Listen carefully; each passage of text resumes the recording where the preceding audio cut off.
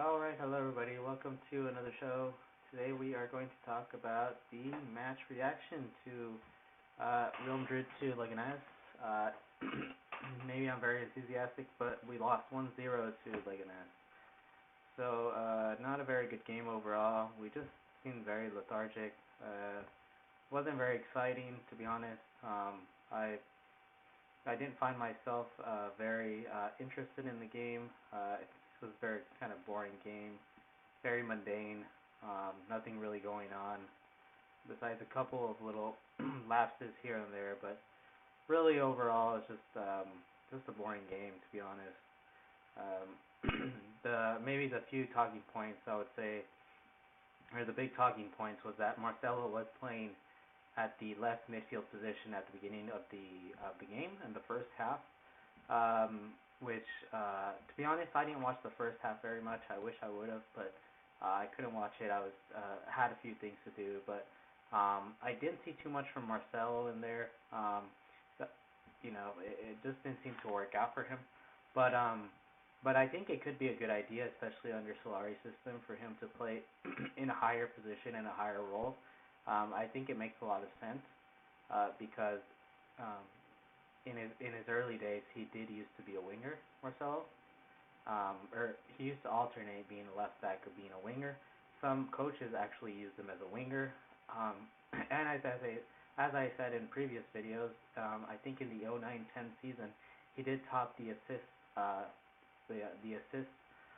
chart for most assists in the league. So obviously he could play a left midfield position along with Reguilon at the left back position, which could work out really well, especially considering all the injuries that we have at the moment in the forward line. Um, and yeah, maybe another talking point would be the novice, Kaylor Novice, starting, and all the cheers that were directed at him, towards him after that first goal, I'm assuming. So in the second half, from what I was seeing, is that a lot of jeers were directed towards Kaylor Novice whenever Kaylor Novice would kick the ball or he would get the ball.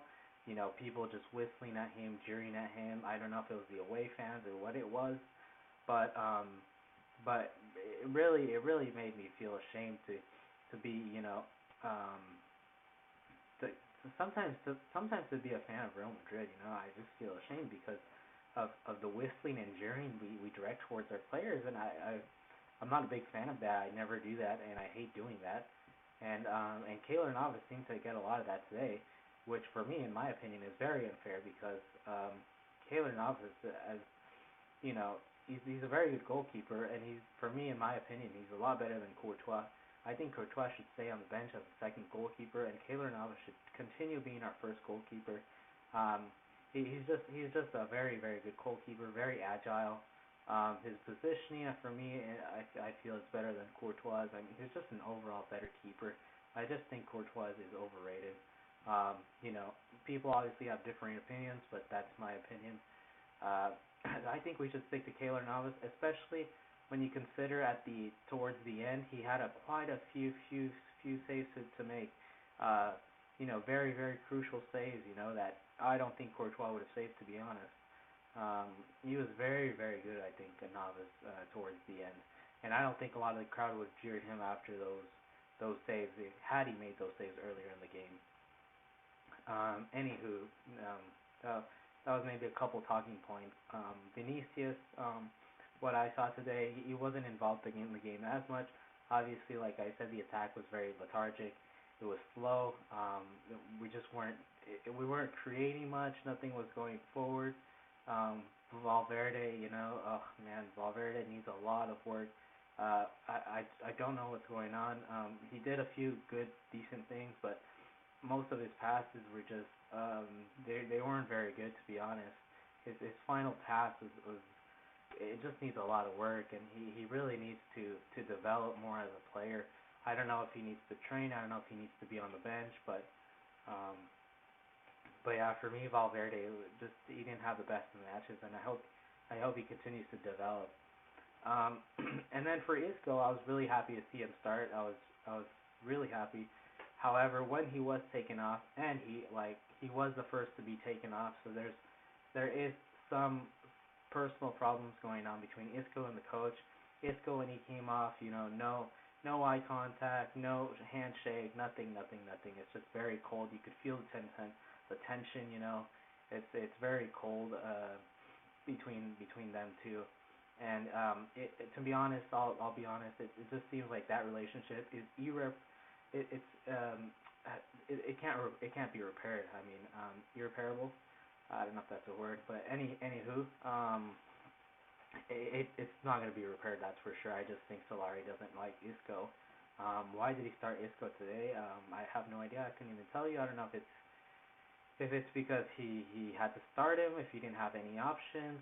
You could argue he had other options, but yeah, he started Isco. Did Isco do good? In my opinion, I think he did decent. However, it was nothing to warrant maybe a place in the starting lineup. Um, he had an okay game. It was tough because obviously the context and the setting it wasn't the best for Isco because the attacks were slow, lethargic. It wasn't the Real Madrid that I knew that I've been seeing throughout all these years. It's the attacks are slow. It looks sluggish. And obviously we have a lot of forwards injured, so I'm hoping that we get some forwards, back in the squad. Hopefully they can get back from those injuries. Um, and obviously Gareth Bale being one of those, being supposedly supposed to be a prominent figure at Real Madrid, but he keeps getting injured. To be honest, I've lost my patience with Gareth Bale. Maybe I think I've said that before, and I backed Gareth Bale for 4 years, but I think the last injury was just that was the last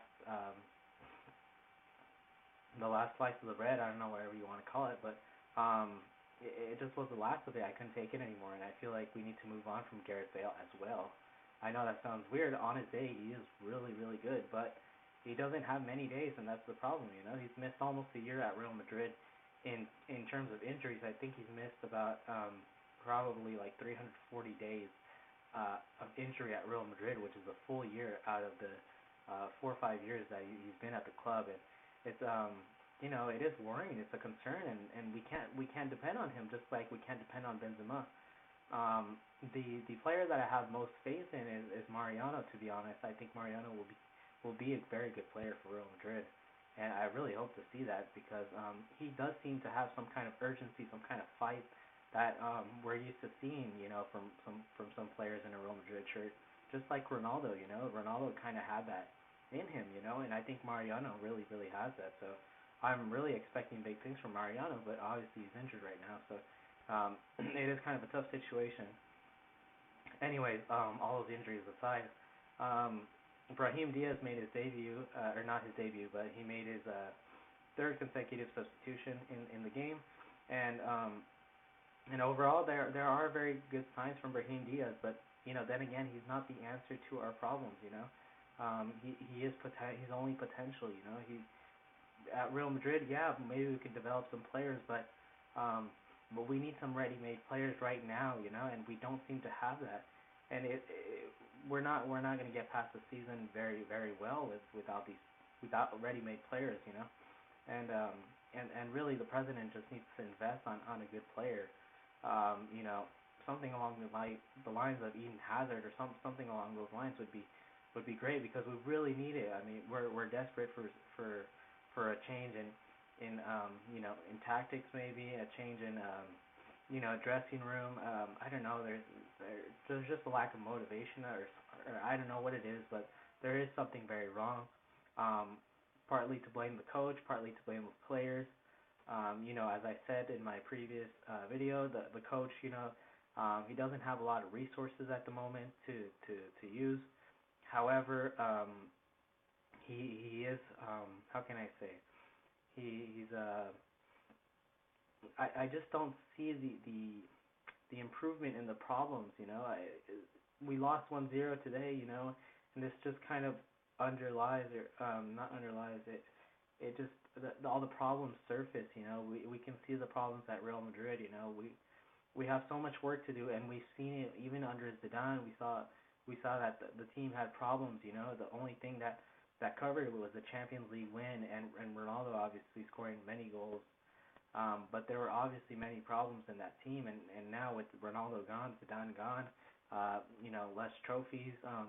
All these problems are really um, are really being surfaced. We're really seeing these problems come to life, I guess, and that's what's going on right now, and we just have to kind of accept that we're in a transition. It's only normal. However, this is Real Madrid. Real Madrid needs to be winning trophies all the time. We can't just lose to the Leganes. And the thing too that I want to say is that we have to win these games, even though they're unnecessary games. Maybe today's game was we didn't really it was not a must win, but then again, we're Real Madrid. We don't lose to these kinds of teams. As Leganes, they're not even doing that good. It's yeah, I don't know. We really need some changes, and hopefully we can get those changes. And please, yeah, please comment. Please comment. Please let me know what changes need to be made at Real Madrid, because changes do need to be made. So those are my thoughts on the game. Thank you guys all for watching. And I'll see you guys pretty soon. Sorry, I didn't have no notes. This was totally impromptu.